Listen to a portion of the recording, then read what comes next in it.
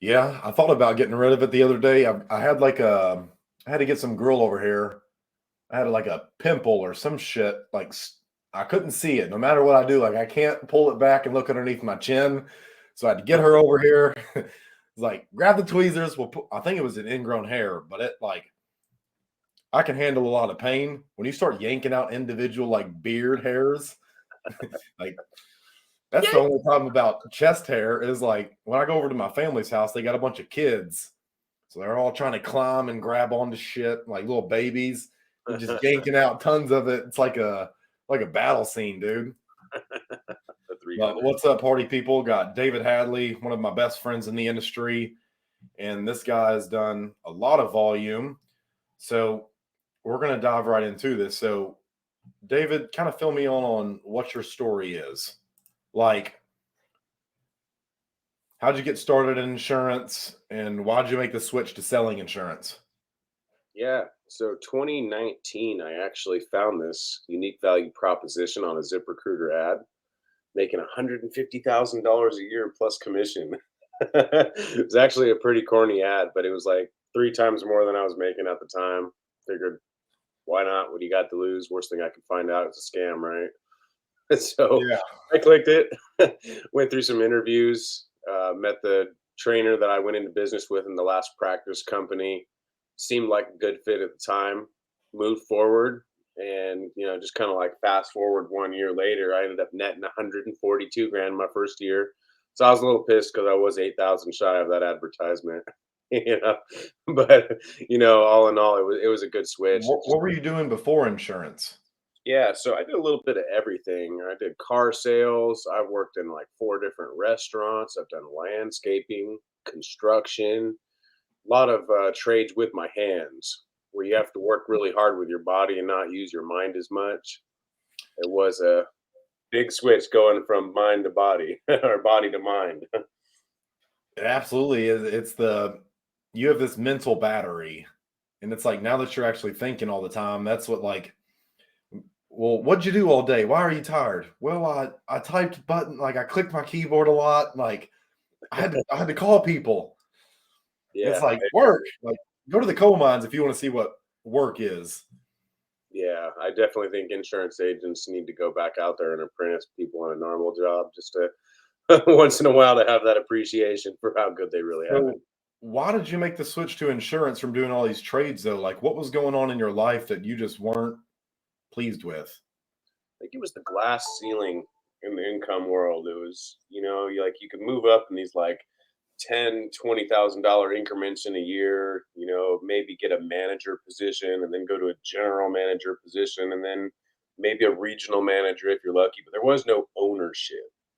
It was always working for somebody else and the amount that you're willing to sell your dream for on an annual basis, aka. And I just saw so much more in myself. Like, how can I sit here and want to be a millionaire or possibly a billionaire someday if I'm working petty jobs, not even making six figures? Why are you thinking about seven, eight, and nine, and moving up from there? So it was just, there was a big disconnect from the people in my mind that were making it versus not. And that glass ceiling was kind of the income. What were some of this? You and I have been friends for a good couple years now, really close. Yeah. Share with the viewers like what type of struggles you were in because you were sleeping in a car at one point before you started selling insurance. Like things were fucking rough. Yeah. Like 2017. Well, mother of my children now, wife at the time, was we were living together. I was actually a weed grower for like 10 years. It's a California thing. It was legal, so don't try and come after me for what I'm selling you right now. All right, but it just was that those different businesses with all these different people, and it seemed like it was going well, but then you just kind of hit this glass ceiling again. Well, FBI, open up. 2017 came along. We lost our both our jobs, our home, and custody of three of our children all in the same month, and went from living in a four-story home to living in a Volkswagen Jetta. Talk about humbling. And in that 2 years of being homeless from 2017 to 19, I had like 12 different jobs. I mean, literally, like the first day I went from like 11 bucks an hour working in a detail job, polishing cars up, to Costco, to driving truck for Cintas, to and it was just thing after thing after thing. And it was just, hey, take the next best job, take the next best job. But how do you work your way up the ladder as quick as you can, right? Next And time it so, pans out. Yep. yeah, and I got to the top of my ladder. There was no more steps on it. I felt like I was like, all right. I got into a job at Toyota, working for the Hansel family in Petaluma, which was awesome at the time because there's sales guys that are making $10,000 a month, which 10 grand is a big number for someone that's never made it. It still is a lot of money in today's day and age. Like I've made well over that each month since I've started selling insurance, but it's like Yeah. I don't like I don't discount that at all. But it stopped. It was like the dream, though, right? And then until you get there, you don't really know what your next steps or goals are until you kind of hit that one, right? And it was like Right. I made my first $10,000 month, and I was just like, "This is it? What's next?" Like, and I started looking around, like all these other opportunities I had, and I went, "Wow, like that was more." Like taking home 10 grand, not making 10 grand in a month and then taking home seven, like putting 10 grand in your bank in a month was like, wow, okay, like there is an opportunity here. And once I really saw that, experienced it for myself, I realized, like, you know what? I'm worth so much more than everything that I was doing before. All these struggles were all just appreciation and building up to get me to the opportunity that I currently have. So I had to go through that. It was relevant struggle. And what are your like goals with selling insurance now? Yeah, so I mean, I have like some standards and then I have goals, right? So like a standard, especially if you're building an agency. I'm a single father raising a 4-year-old and 3-year-old at my home. I need time for them as well. Like if I'm not putting 10 to 15 grand into my bank just on my own pen, like in a monthly basis, I definitely think, okay, you slacked off, dude. You got some stuff to do. You got to refocus and start helping yourself so you can help others, right? My goals at this point, after being in the industry, just went on 3 years now, by the way. So 3 years from now, I'm trying to look, okay, I think we could have at least 100 people on our team. You can be making 100 grand a month. Why do I want to make that much money? Because giving 90,000 of it away every month would just be awesome. Helping causes, giving to people that you want, just kind of igniting your purpose. So now I'm really seeing the value in Medicare, residual income, ACA, building up an agency and doing this off other people's efforts. Whereas you still have your effort, it's just allocated in a different way, helping these people, right?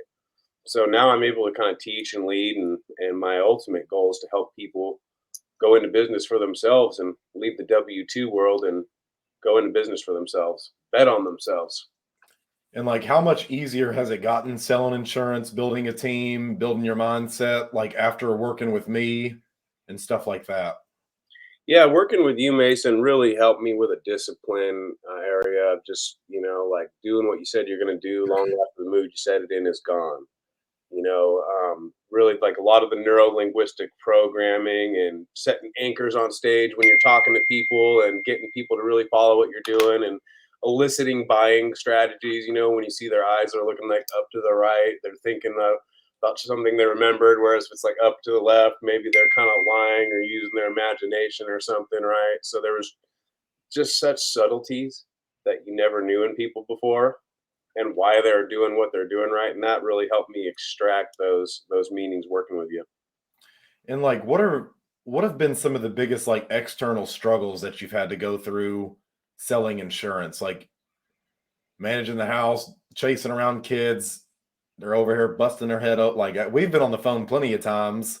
Like, damn it, like they did it again. My biggest external struggle with insurance was having the amount of time for my family in the beginning. Like, this isn't sunshine and rainbows, and it's not about balance in the beginning. You actually have to be extremely unbalanced because there are certain characteristics that we're lacking, and there are certain competencies that we don't have yet ingrained in us. And I mean, it takes a profound level of emotional intelligence, self control, discipline, following up with agents, working after hours. I mean, are you willing to get up and be on the phone at 5 in the morning just to get a hold of somebody on the East Coast, that's solving their problems at 8 o'clock in the morning? Are you willing to work after hours to talk to your team in the middle of the night? And it took a lot from my family, and it definitely put a lot of tension there in the beginning. But it was such a necessary struggle for me to get where I am now, to have those skills and competencies to actually help manage people. So now that I can actually give a good amount of time to my kids. And what were you thinking about while you were having to deal with all of that? Like, you want to build a team, you want to provide for your family, you want to do 10,000 like net income a month in deposits. What were you thinking about majority of the time while doing this stuff? Ironically, I was You want to mute that? yeah. Keep hearing a ding like someone's hitting a bell. I don't even know how to mute it, man. Is it coming from your phone? You're on a Mac, aren't you? I'm on a Mac, but it's the iPhone alert from like a group text, from the agency. They're telling me, "Where you at, David?" Yeah, screw that. Yeah, let me see if I can fix Is there like a mute button on the chat? You should be able to just mute it, and then you can unmute it when we're done. I mean, if I mute it, I'm never gonna unmute it. So I've got everything muted on my phone. yeah, all those alerts and all that stuff. I don't even know how to fix the bell, man. I don't see it. If you go on your phone, does it auto update? It's not my phone, it's my computer. I know, but does your phone auto update with your computer? No. Interesting. I have an Android phone and I have a Mac computer. Do you have your messaging, like, if you go to your messaging stuff and right click on the chat or something like that, it should give you an option like mute or mute alerts or silence the chat?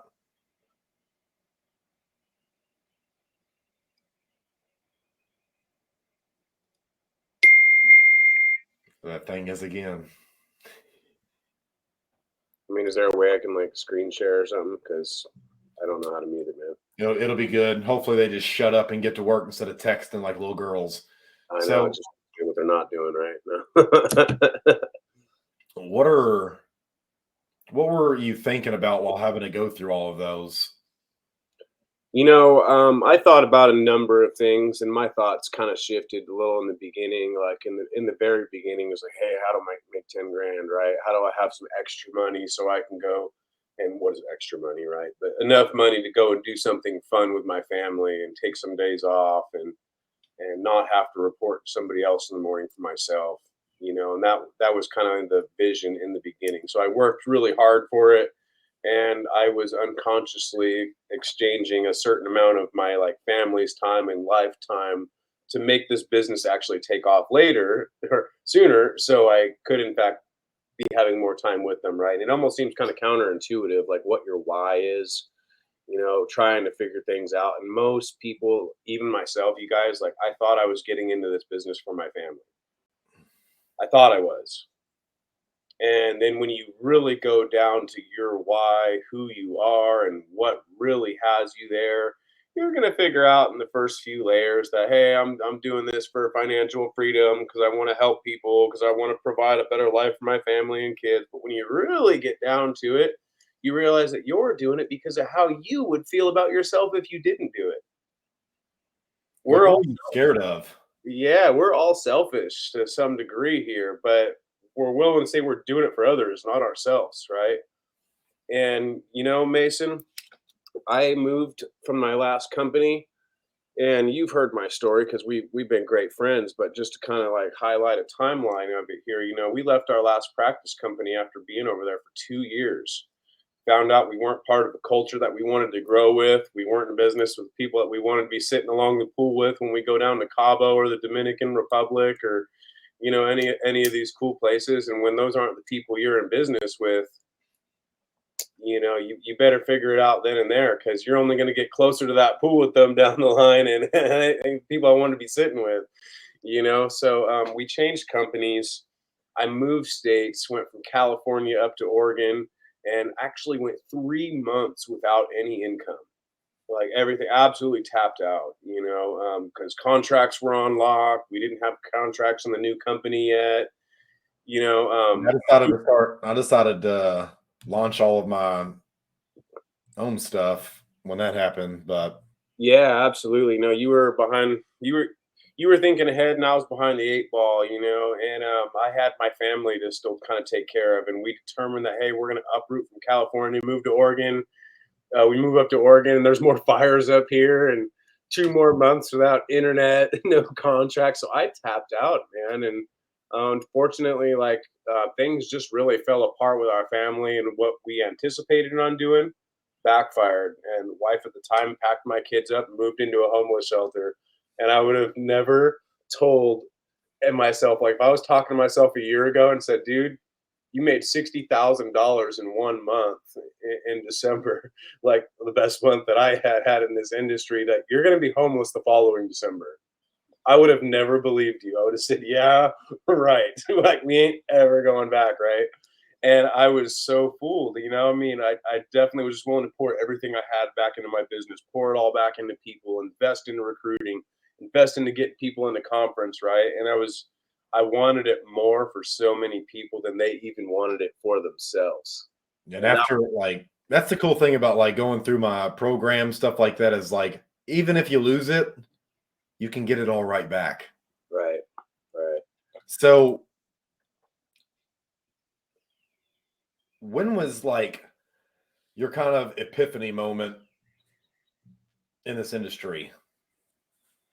You know, I had a couple of them, but I Like had after December, you're back in the homeless shelter. Like, what was the epiphany you had? You're like, okay, I've got it. Here's my plan. So, like, what was your plan to get out of that? yeah, so this last November is when I was actually in the homeless shelter after everything we went through. And obviously, it was temporary, right? There's emergency disasters happening and everything like that. So it There's a was lot of really, wildfires and shit going on. dude, it's just crazy. But my wife and I had split up in there, and we started going through a divorce this last November, and then I had to leave the homeless shelter, and there I was living in a car again for the second time in my life, and I thought, my gosh, how did this happen again? You know, but I kept my head up, and I started pouting one night. It was actually really cold. I was like pulling the blanket over myself in the car, and I was like almost feeling bad for myself for a minute. And then all of a sudden, I got this like overwhelmingly big smile on my face. I was like, "You idiot! You got a license to print money. Like, what are you pouting about?" You know, and I just instantly just like was reflecting on all the books that I've read and all this training that I've done and understanding all these processes and how to run appointments, and literally like you can go from having nothing to boom, just exactly that. And the following day, I had got on my computer, I pulled up to a Wi-Fi place like next to Safeway where I can join on their internet, and in my car sold 2 policies in one day that was able to net me 4,000 bucks.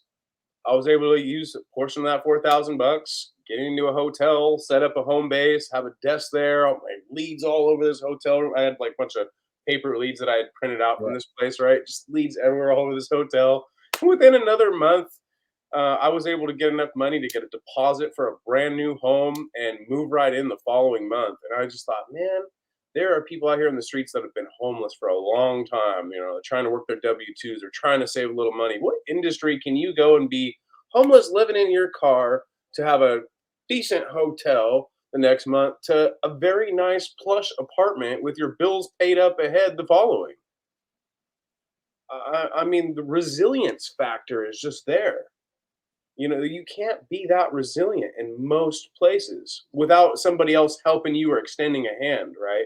Like this is one of those things on your own. You can just go and put in the work, doesn't matter where, even if it's in a car on a Wi-Fi hooked up to the Safeway next to you. It goes to show where you can do to start over in this industry. And right there, I just thought, you know what?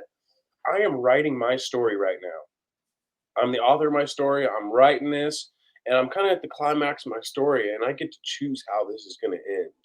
And when you really realize that you are the author of your own story, and you get to choose how it's going to end, and like right now, we are literally writing the words to our book. I think you really are able to kind of introspect and really look in on the inside and see what you're made of, and see how like tough and calloused you have become, and what you're actually capable of.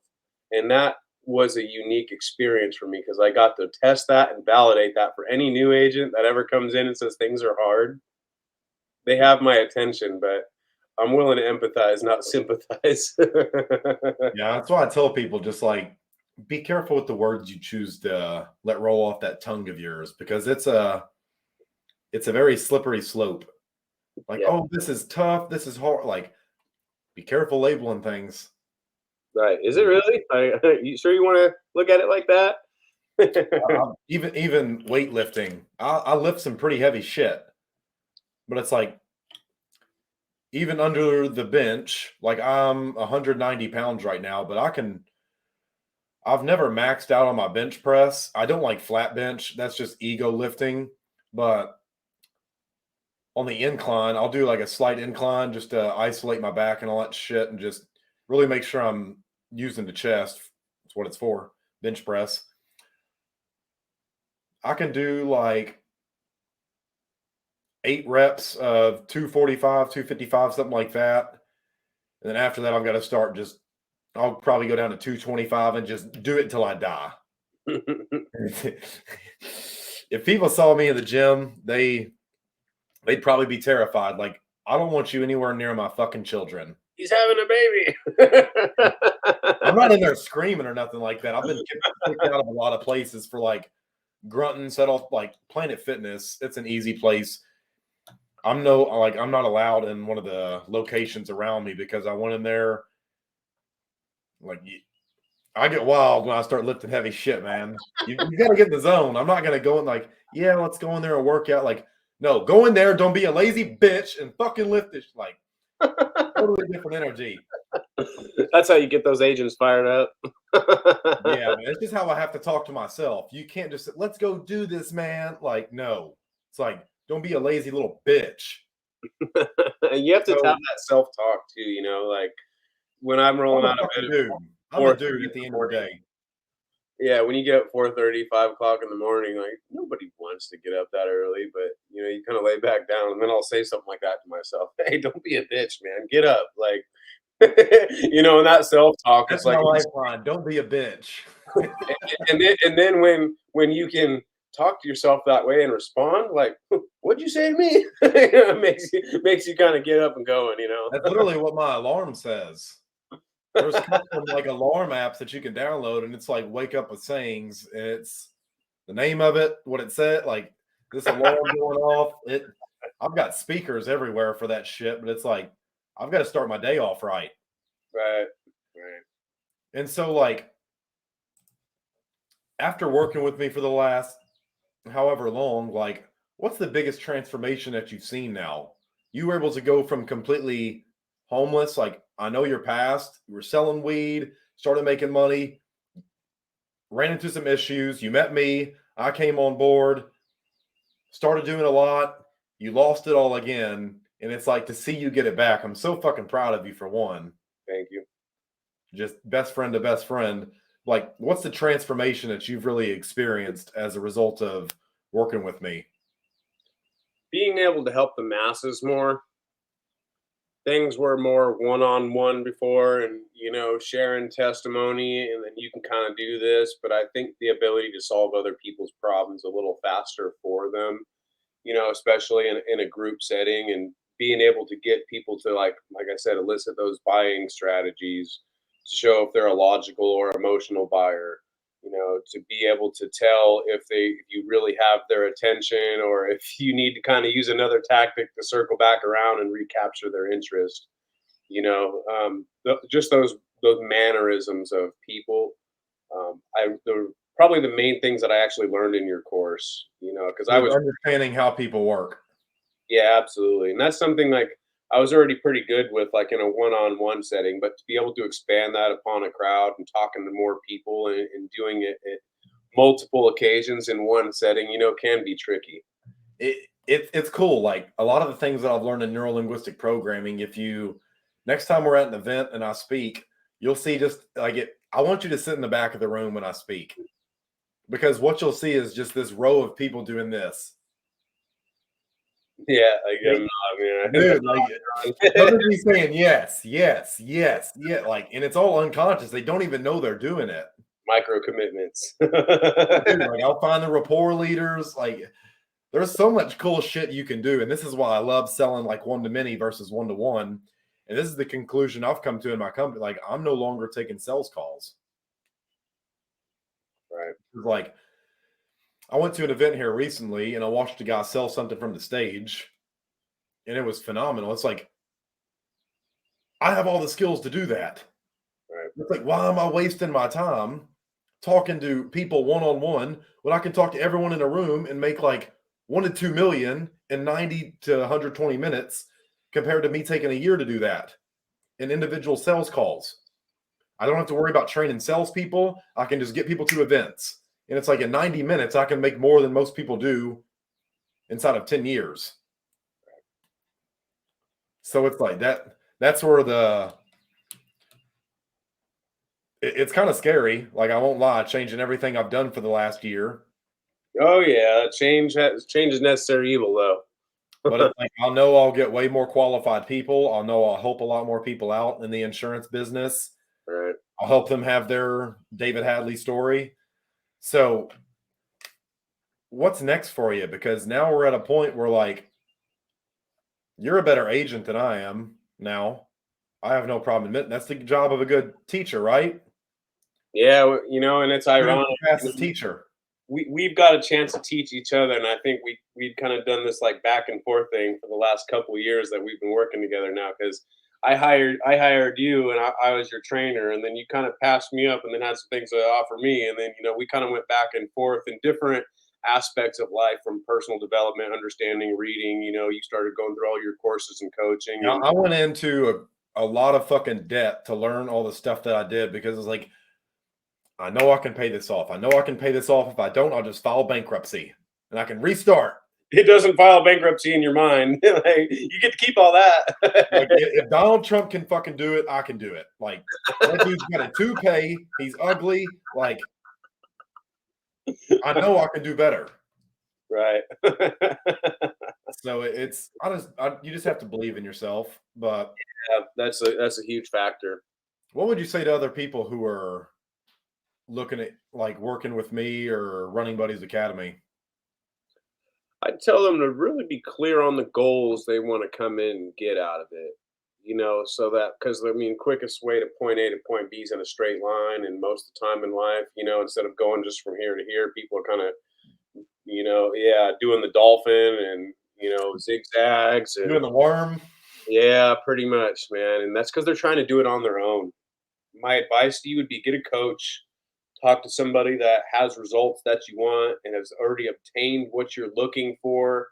Look at some other people that they've brought to success, so you got some proof in the pudding for that coach, so you could ultimately validate them, and just do some real homework on them, and then be willing to give in and listen. Like, after you've got your own concerns taken care out of the way, you've absolutely decided you're willing to bet on yourself and go into business for yourself, but not by yourself. Next steps are get a coach. Otherwise, you're going to be doing the worm, and you want to learn how to make $100, $200, $300,000 in a year. You want to take 5 years to do it, or do you want to do it in one? And so just accelerate that. And people look at like investments for a coach as like they're breaking the bank, and they just spent their whole life to do this. Like, oh God, I just spent They five have no problem. coach. They have no problem going and putting $80,000 into some fucking Tesla. Right. They'll drive them to jail the moment their rent's due, and they can't pay it in the future. So people spend all this absurd amount of money on all these wants and desires, and because of what they think something's going to do for them. This is 10 times better than a college education. Yeah, right. Look at this car that I got. I see people with like $900 Gucci belts and stuff like that, and they're freaking broke. And it's like, you guys are clowns. So you're willing to put this kind of money into this kind of stuff because of what it'll make other people think about you. Insecurities. Yep. Right. As opposed to what you're going to be able to know and believe about yourself. Yeah. But David Mason says fuck a lot. Like, he cusses and he. Are you offended? Or do rich people not cuss? It's in a setting. There's a time and place for everything, and if people are going to take offense to some kind of strong language and mistake that as an insult when it's an emphasis of emotion. Pattern interrupts. I do it to get their attention, and it works flawlessly, and it pushes the people I don't want to work with away from me, and it brings in the one who do. Yeah, and if you know your tactic, and you know your crowd, and that goes both ways. If you're detoured by that or you're offended, you have to really ask yourself, hey, just because this guy used this word, does that mean he doesn't have the results that I want, or he can't get me there We quicker? live in a binary world. Things are either good or bad, and like, oh, he's a terrible person. Right. Yeah. It's like, So I would say get a coach, get somebody that's got results that you want, bet on yourself. Don't worry about what other people think about you. Worry about what you think about yourself. You know if you need more, you know if you need help, and you're stubborn if you're not willing to go and get it. And ignorant at people are that. lying to themselves. And you have to be ignorant to not invest in the people that are better off than you to get you to where you want to go. Like that Like, is the trick. I just joined a new program the other day from Russell Brunson, and it's like that's 25,000 a year. Right. And people would think, man, I almost make that in a year. So how could I do that? Or why would I do that? Yeah, And yeah, it's just like where do I send the 25? right. So it's like I'll probably end up spending like $1 million on personal development over the next 3 years total. And it's like that's a lot of fucking money. But it's like the skills that it gives you is like I'm a walking money machine by then. Right. Making a million isn't going to be a problem anymore if you put $1 million into. No, because I'm just buying everyone's mistakes and their time. Like, well, if I go to this guy, he spent 40 years doing this. I can get it. I can turn years, like decades, into days. It's like I can take 40 years of experience and turn it into 3 days and just give him money. Like, Yeah. how cool is that? Books and seminars and coaching programs are really the only three ways that you can accelerate getting from your point A to point B. If you want to take the long haul and do it all by yourself, go right ahead. If you want to accelerate that, pick up some books, find a coach, get into a seminar, get into live events, get into where people are doing I'll be way doing more. one. I'll be doing another one this year. So I'd love to see you there. Absolutely, man. Right on. Well, dude, I appreciate you coming on here, sharing your story again. It's always good talking to you, but I've got to hop on another call. So just let me know if you need anything, and I'll give you a call later today. Much love, brother. Thank you for having me on. Love you. See you, man.